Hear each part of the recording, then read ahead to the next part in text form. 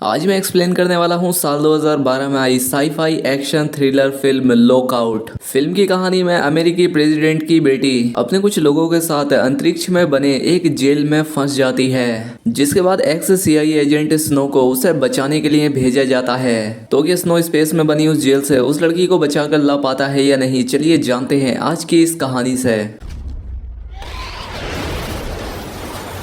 इस कहानी की शुरुआत फ्यूचर में यानी कि 2080 में होती है, जहां पर कि x CIA operative agent snow को इंट्रोगेट किया जा रहा होता है क्योंकि उसे कर्नल एम स्ट्रॉम के मर्डर के लिए अरेस्ट किया गया होता है। अब इसी के दौरान हमें स्नो का एक फ्लैशबैक दिखाया जाता है, जहां पर कर्नल फ्रैंक ने ही स्नो को एक सीक्रेट ब्रीफकेस और एक लाइटर दिया होता है। दरअसल काफी समय से यूनाइटेड स्पेस प्रोग्राम के सीक्रेट्स बाहर बेचे जा रहे थे और ये सेल करने वाला खुफिया आदमी आखिर कौन है, उसी को ढूंढने के इसमें एविडेंस होते हैं। लेकिन तभी उसी रोम में स्नो पर इंटेलिजेंस अटैक कर देते हैं, लेकिन स्नो अपनी एक काफी हाई एडवांस बाइक लेकर वहां से निकल जाता है। अब स्नो किसी तरह से भागता हुआ एक सबवे स्टेशन में पहुंचता है और उस ब्रीफ केस को एक ट्रेन में डाल देता है, जहां पर उसी का साथी मेस उस ब्रीफ केस को ले लेता है। लेकिन वहां पर स्नो को पकड़ लिया जाता है, लेकिन वहीं दूसरी तरफ मेस एक लॉकर में जाकर उस ब्रीफ केस को रख देता है। लेकिन यहाँ पर उसकी गन से गलती से फायर हो जाती है, जिससे उसकी गोली एक पुलिस वाले को लग जाती है और इसीलिए मेस को भी अरेस्ट कर लिया जाता है। और ये होता है स्नो का बैकग्राउंड।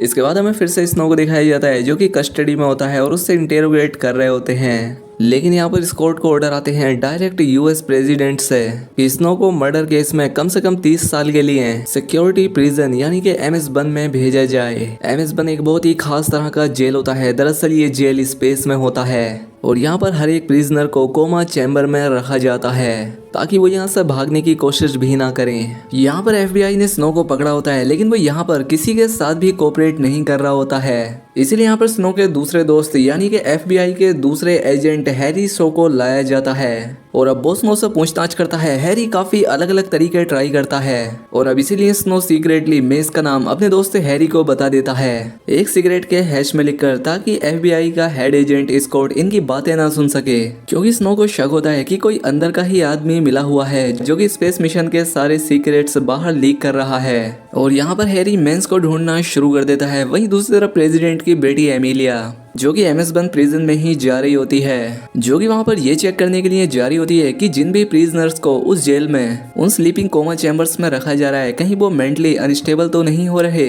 और उसे यहाँ पर यह भी शक होता है कि इन प्रिजनर्स पर इलीगल टेस्टिंग भी की जा रही है, यानी कि खतरनाक एक्सपेरिमेंट किए जा रहे हैं। अब MS बन जेल में पहुंचने के बाद उसे हैडल नाम के एक अनस्टेबल पेशेंट का इंटरव्यू लेना था।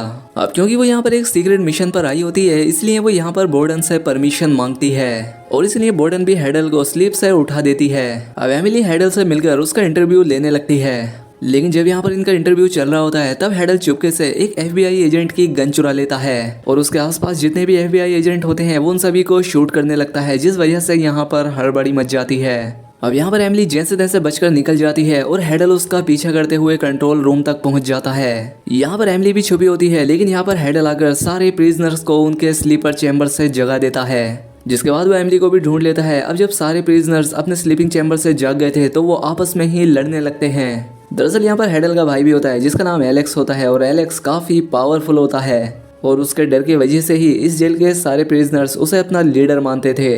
खैर अब इसीलिए स्पेस पुलिस इन्वेस्टिगेशन के लिए कुछ शिप्स को यहाँ बुला लेती है। हैडल कंट्रोल रूम से देखता है कि काफी सारे शिप्स उनकी तरफ ही आ रहे हैं, इसीलिए वो उन सभी पर गन फायरिंग करके उन सभी को डिस्ट्रॉय कर देता है। वहीं पृथ्वी पर प्रेसिडेंट को भी पता लग जाता है कि अब MS बन जेल को प्रिजनर्स ने अपने कंट्रोल में ले लिया है और साथ ही एमिली भी उनके कब्जे में है, इसीलिए इन्हें एमिली की काफी फिक्र होने लगती है। यहाँ पर स्नो का दोस्त हैरी प्रेसिडेंट और स्कॉट को कन्विंस करता है कि अगर उन्हें एमिली को बचाना है तो उन्हें किसी भी तरह से स्नो को MS बन पर भेजना होगा और अब प्रेसिडेंट इस बात के लिए तुरंत मान जाते हैं। इसके बाद हैरी इस बात को जाकर स्नो को भी बताता है। वो कहता है कि मेस भी MS बन पर ही है ताकि वो स्नो को वहाँ जाने के लिए मना सके।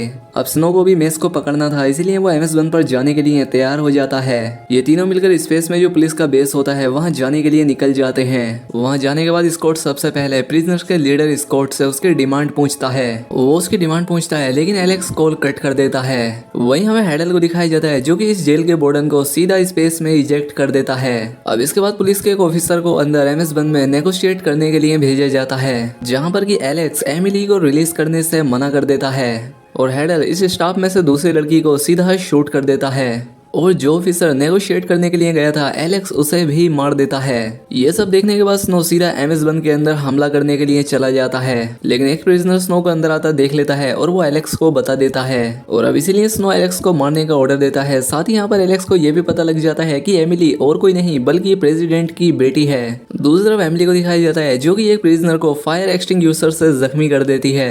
तो वहीं दूसरी तरफ स्नो काफी मुश्किल के साथ एमएस बन के प्रिजन में एंटर हो जाता है, लेकिन एमिली को लगता है कि शायद वो भी प्रिजनर है, इसीलिए वो उस पर भी अटैक कर देती है। जिसके बाद एमिली और उसका बॉडीगार्ड एक कंपार्टमेंट में छिप जाते हैं और एलेक्स उन्हें ढूंढने के लिए जाता है, जहां पर एलेक्स और उसके बाकी सभी साथी पहुंच जाते हैं। स्नो उन्हें देखकर यहीं पर छिप जाता है और उनके जाने के बाद स्नो कंप्यूटर पर मेस की जानकारी लेने लगता है, जिससे उसे पता लग जाता है कि वो कौन सी जगह पर है। वहीं दूसरी तरफ एमिली जिस जगह पर छिपी होती है उस चैम्बर में ऑक्सीजन खत्म होने लगता है, जिस वजह से उसका बॉडीगार्ड काफी अजीब बिहेव करने लगता है और वो खुद को ही शूट कर लेता है ताकि एमिली को ऑक्सीजन मिल सके। वहीं दूसरी तरफ स्नो एमिली के चैम्बर की तरफ बढ़ रहा होता है और तभी कुछ प्रिजनर्स स्नो पर अटैक कर देते हैं। अब स्नो और उन प्रिजनर्स के बीच काफी देर तक काफी लड़ाई होती है, लेकिन स्नो उन्हें मारने में कामयाब हो जाता है। वहीं दूसरी तरफ एलेक्स जो कि एमिली को ढूंढ रहा होता है उसे पता लग जाता है कि वो कौन से कंपार्टमेंट में है, इसलिए वो एक साइंटिस्ट को वहां का डोर ओपन करने के लिए कहता है। वहीं दूसरी तरफ स्नो जैसे तैसे एमिली तक पहुंच जाता है।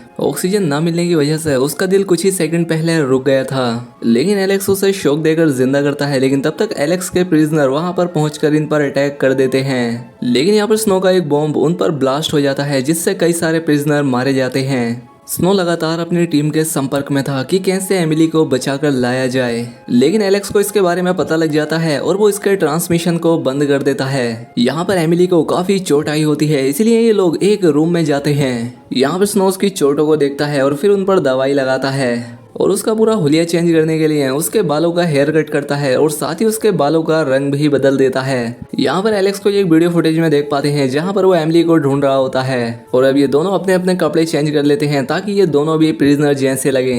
अब वहीं जो इनका स्पेस में पुलिस बेस होता है वहाँ पर इनके प्रेसिडेंट आते हैं।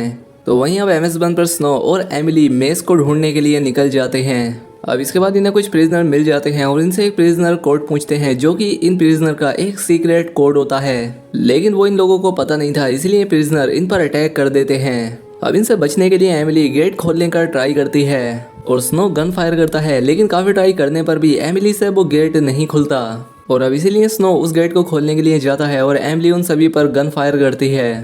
खैर फाइनली स्नो गेट ओपन करता है और दूसरे रूम में चला जाता है और यहाँ पर उन्हें मेस मिल जाता है, जिसे पागल समझकर प्रिजनर ने यहाँ बंद कर दिया होता है। मेस की हालत कोमा में रहने की वजह से काफी बुरी हो चुकी थी।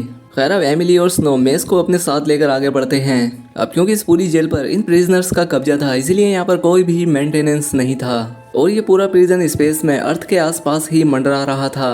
और तभी वो इंटरनेशनल स्पेस स्टेशन से आकर क्रैश हो जाता है, जिस वजह से इनकी एक विंडो टूट जाती है और इस वजह से काफी सारे प्रिजनर्स मारे जाते हैं और इसी सब में मेस भी मारा जाता है। वहीं दूसरी तरफ हमें पुलिस के साथ स्कॉट को दिखाया जाता है, जहां पर उसे पता लगता है कि एमएस बन स्पेस में कहीं दूर चला जा रहा है, यानी कि ड्रिफ्ट हो रहा है और अगले आने वाले 8 घंटों में वो पूरी तरह से डिस्ट्रॉय हो जाएगा। वहीं दूसरी तरफ स्नो एमएस बन पर एमिली को एक एस्केप पोड में बैठाता है ताकि वो यहाँ से सेफली निकल सके, लेकिन एमिली स्नो के बगैर यहाँ से जाने वाली नहीं थी। वो मना करती है, लेकिन स्नो उससे प्रॉमिस करता है कि चिंता मत करो, मैं तुम्हारे पीछे पीछे एक दूसरे एस्केप पोड से आ रहा हूँ। लेकिन एमिली जानती थी कि यहाँ पर दूसरा कोई एस्केप पोड है ही नहीं, इसीलिए वो जाने से मना करती है, क्योंकि एमिली जानती थी कि जब तक वो यहाँ पर है प्रेसिडेंट कभी भी एमएस बन को डिस्ट्रॉय करने का ऑर्डर नहीं देंगे। और वो स्नो की भी जान बचाना चाहती थी, लेकिन स्नो इस बात से गुस्सा होकर उससे दूर जाने लगता है। लेकिन तब भी एमिली उसे सच्चाई बताती है। वो कहती है कि वो जानती थी कि तुम मेस को क्यों ढूंढना चाहते थे। दरअसल मेस ने मुझे ब्रीफ केस की लोकेशन बता दी है, जिसके लिए खुद स्नो इस मिशन में आया था। अब इन दोनों की बात चली रही होती है कि तभी हम दूसरी तरफ स्पीकर पर हेडल को सुनते हैं। वो एमिली को अपने पास आने के लिए कह रहा होता है। वो कहता है कि अगर तुम नहीं आओगी तो जिन स्टाफ को हमने हॉस्टेज बनाकर अपने पास रखा है, मैं किक करके उन्हें मारना शुरू कर दूंगा। और अब इसलिए एमिली मजबूरी में उसे अपना लोकेशन बता देती है, लेकिन उसके लोकेशन बताने के बावजूद भी हेडल बड़ी ही बेरहमी से एक एक करके उन सभी स्टाफ को मार देता है। अब इसके बाद स्नो और एमिली एक रूम में आ जाते हैं, जहाँ पर आकर उन्हें पता लगता है कि कैसे इस जगह पर प्रिजनर्स पर इलीगली टेस्टिंग की जा रही थी। लेकिन ये नहीं जानते थे कि यहाँ पर एलेक्स पहले से ही छिपा बैठा है, वो इन्हें पीछे से पकड़ लेता है। अब एलेक्स और स्नो के बीच एक खतरनाक फाइट होने लगती है, लेकिन इसी दौरान एलेक्स एक एलिवेटर पर गिरकर बेहोश हो जाता है और एलेक्स एमिली को पकड़ लेता है। वो उसे पकड़कर कंट्रोल रूम में लेकर आता है, जहाँ अगर उसे पता लगता है कि हेडल ने सारे होस्टेज लोगों को मार दिया है। ये देखकर उसे बहुत गुस्सा आता है और वो हेडल को भी एक पंच मारता है। दूसरी तरफ पुलिस बेस में MS-1 पर अटैक करने की बात चल रही थी, इसलिए एलेक्स एमिली को धमकी देता है कि अटैक को रुकवाने के लिए तुम अपने फादर से कह दो। और यहाँ पर प्रेसिडेंट अटैक करने से मना कर देते हैं एमिली की वजह से, जिस वजह से स्कॉट प्रेसिडेंट को उनकी ड्यूटी से टेम्परेरीली रिलीज कर देता है और वो MS-1 पर अटैक करवाना शुरू कर देता है। तो हेडल एमिली पर जबरदस्ती करने की कोशिश करता है, तो एलेक्स उसे रोकता है, जिसके बदले में हेडल उसे शूट कर देता है और पूरा कंट्रोल खुद के हाथों में ले लेता है। अब MS-1 का भी डिफेंस सिस्टम एक्टिवेट हो जाता है और जो शिप MS-1 पर अटैक कर रहे थे वो उन्हीं पर अटैक करना शुरू कर देते हैं। MS-1 में हेडल एमिली को स्टैप करने की कोशिश करता है, लेकिन तभी वहाँ पर स्नो आ जाता है और उसे मारकर बेहोश कर देता है। वो एमिली को अपने साथ लेकर यहाँ से भागने लगता है और अब बाकी सभी प्रिजनर्स उनके पीछे पड़ जाते हैं, जिससे कि दोनों जैसे तैसे बचकर निकलते हैं और स्पेस सूट पहन लेते हैं, क्योंकि ये जानते थे कि अभी जल्द ही MS-1 डिस्ट्रॉय होने वाला है। अब स्कॉट के भेजे हुए शिप्स MS-1 पर बॉम्ब लगा देते हैं, जिसके एक्सप्लोड होते ही स्नो और एमिली काफी तेजी से स्पेस में ड्रिफ्ट होने लगते हैं। ये पृथ्वी की तरफ जाने लगते हैं और देखते ही देखते ये पृथ्वी की ग्रेविटी में एंटर हो जाते हैं, जिस वजह से ये तेजी से अर्थ की तरफ खींचे चले जाते हैं। और सही समय रहते ये लोग अपना पैराशूट खोल लेते हैं, जिस वजह से ये सेफली अर्थ पर लैंड कर जाते हैं। यहाँ आते ही स्नो को अरेस्ट कर लिया जाता है, तो वहीं एमिली को हॉस्पिटल ले जाया जाता है। खैर अब एमिली जब ठीक हो जाती है तो मेस ने जो उसे कोड दिया था ब्रीफ केस तक पहुँचने के लिए, वो उसकी बताई हुई लोकेशन से उन लॉकर्स तक पहुँच जाती है और कोड डालते ही उसे ब्रीफ केस मिल जाता है। फिर वो उस रूम में भी जाती है जहाँ पर फ्रैंक को कर्नल के ऊपर गोली चलाते हुए देखा गया था और उसे पता लगता है कि इस रूम में मिरर था, जिसकी वजह से स्कॉट को लगा था कि स्नो ने ही कर्नल पर गोली चलाई है। लेकिन स्नो ने कर्नल पर नहीं बल्कि उनके मारने वाले पर गोली चलाई थी, जिसने कर्नल पर अटैक किया था। अब यहाँ पर एमिली ब्रीफ केस को FBI को दे देती है।